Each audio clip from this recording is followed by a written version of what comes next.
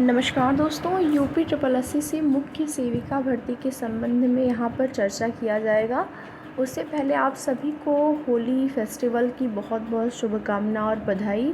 उम्मीद करते हैं आप लोग अपने त्यौहार को अच्छे से एंजॉय कर रहे होंगे और करना भी चाहिए। ऐसा नहीं है किसी भर्ती में या जिस भी भर्ती से आप जुड़े हुए हैं उसमें ज़्यादा देरी हो रही है रिज़ल्ट आने में या फिर कोई भी समस्या है तो उससे आपके 30 त्योहारों पर कोई फ़र्क पड़े। ठीक है, देखिए जो चीज़ें हैं वो हैं।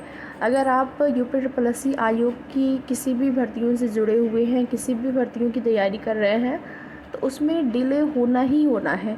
इस चीज़ को आपको पहले से स्वीकार करके ही तैयारी करनी चाहिए। और ऐसा नहीं है कि अगर कुछ नेगेटिव भर्ती की तरफ से हो रहा है तो आप लोग भी नेगेटिव हो जाए। ठीक है, तो इसी के साथ वीडियो का प्रारंभ करते हैं। यूपी ट्रिपल एससी मुख्य सेविका भर्ती में जैसा कि आप सभी इंतज़ार कर रहे हैं आपके रिज़ल्ट का, और कोर्ट में सुनवाई की डेट अभी तक कंफर्म नहीं हुई है। अभी भी अगर केस स्टेटस चेक किया जाए तो अभी आपकी कंफर्म डेट नहीं दिखा रहा है।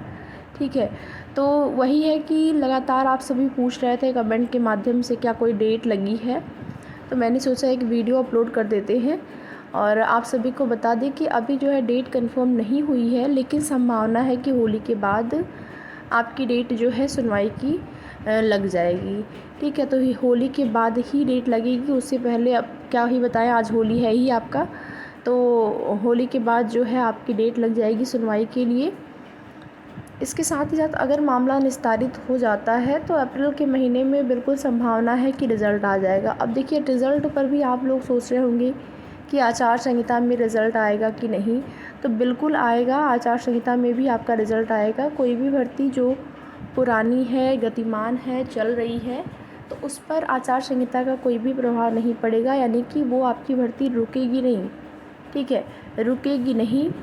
अभी यूपी ट्रिपल एससी से एएसओ भर्ती का जो है वेटिंग लिस्ट जारी हुआ था, सेकंड लिस्ट, जिसमें कि डीवी कराई गई और वहाँ पर अभ्यर्थी लगातार रिज़ल्ट के लिए धरना प्रदर्शन कर रहे थे। तो उनको आश्वासन दिया गया यूपी ट्रिपल एससी आयोग के द्वारा कि आचार संहिता में भी जो है आपका बस अगर रिज़ल्ट तैयार रहता है तो आचार संहिता में निर्वाचन आयोग से परमिशन लेकर आपका रिज़ल्ट जारी किया जाएगा। और कुछ रिज़ल्ट को लेकर जानकारी भी मिली है कि ये रिज़ल्ट जो है अप्रैल के महीने में जारी हो सकते हैं। बट आपके रिज़ल्ट में जो है अभी कंफर्म डेट इसलिए नहीं मालूम हो पा रही या फिर ये नहीं मालूम हो पा रहा है कि अप्रैल में जारी होगा कि नहीं, क्योंकि अभी कोर्ट मैटर है। कोर्ट मैटर का निस्तारण हो जाएगा, उसके बाद आपको जो डेट अनुमानित डेट भी बताई जाएगी लगभग उसी के आसपास आपके रिज़ल्ट जो है वो आ जाएंगे। तो आचार संहिता में भी यूपी ट्रिपल एससी आयोग 2-3 ऐसे परिणाम हैं, लगभग 3 ऐसे आप मान के चलिए जो कि देने की तैयारी कर रहा है, जिसमें कि एक तो सहायक सांख्यिकी अधिकारी और एक जेईई 2018 का रिज़ल्ट। 2 तो बिल्कुल संभावना इसकी 99% है कि आ जाएगा।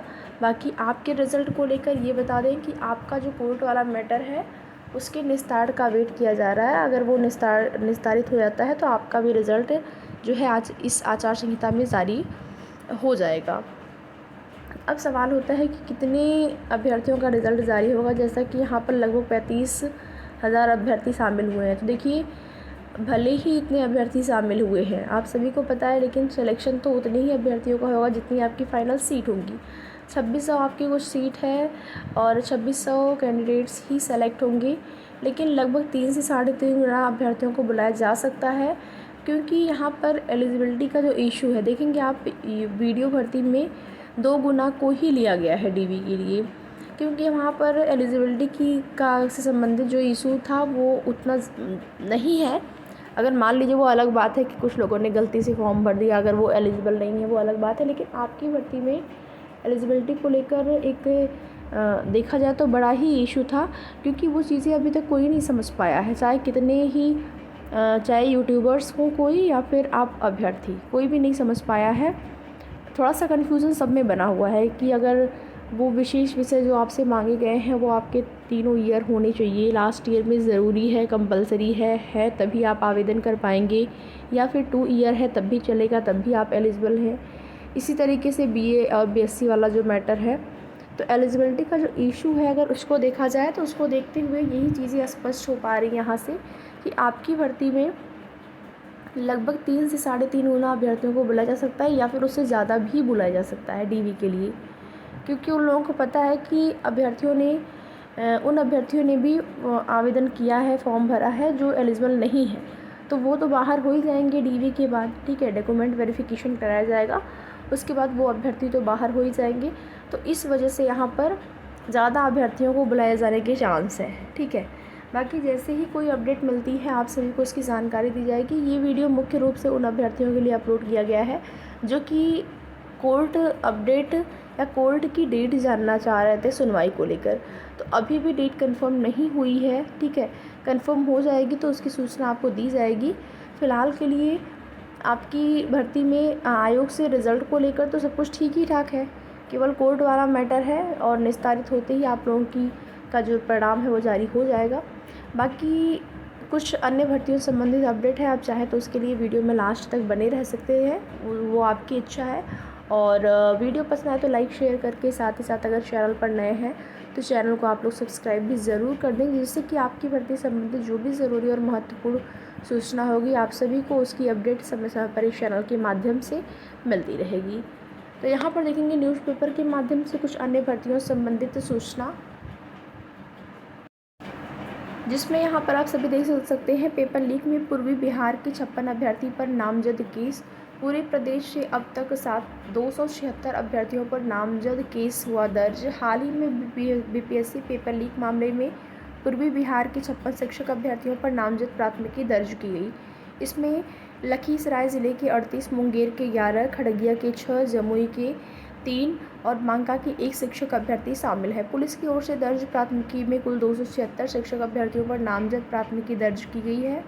अभ्यर्थियों पर नामजद प्राथमिकी की इस सूची में सबसे ज़्यादा नालंदा और पटना के अभ्यर्थी, जबकि उत्तर प्रदेश के जौनपुर का भी एक अभ्यर्थी शामिल है। 40 से ज़्यादा पन्नों में दर्ज इस प्राथमिकी के आधार पर पुलिस अभियुक्तों की खोज में जुटी हुई है। तो ये देखेंगे बिहार शिक्षक भर्ती में हुई पेपर लीक का मैटर। बाकी यहाँ पर एक और अपडेट है, आप देख सकते हैं फार्मासिस्ट समेत 414 रिक्त पद भरे जाएंगे, जो कि आपका DSSB यानी कि दिल्ली अधीनस्थ सेवा चयन बोर्ड ने 414 पदों पर भर्ती के लिए अधिसूचना जारी की है। ये नियुक्तियाँ दिल्ली के अलग अलग विभागों में होगी, जिसमें driver, staff car driver, lab technician, pharmacist समेत कई पद शामिल हैं। आवेदन की अंतिम तिथि जो है वो 19 अप्रैल है और अलग अलग यहाँ पर पदों की संख्या दी गई है।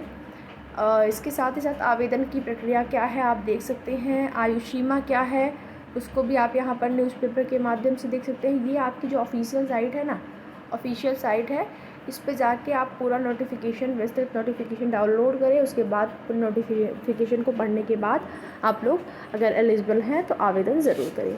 बाकी अन्य भर्तियों संबंधित जो भी ज़रूरी और महत्वपूर्ण सूचना होगी आप सभी को उसकी जानकारी दी जाएगी। वीडियो में लास्ट तक बने रहने के लिए आप सभी का बहुत बहुत धन्यवाद।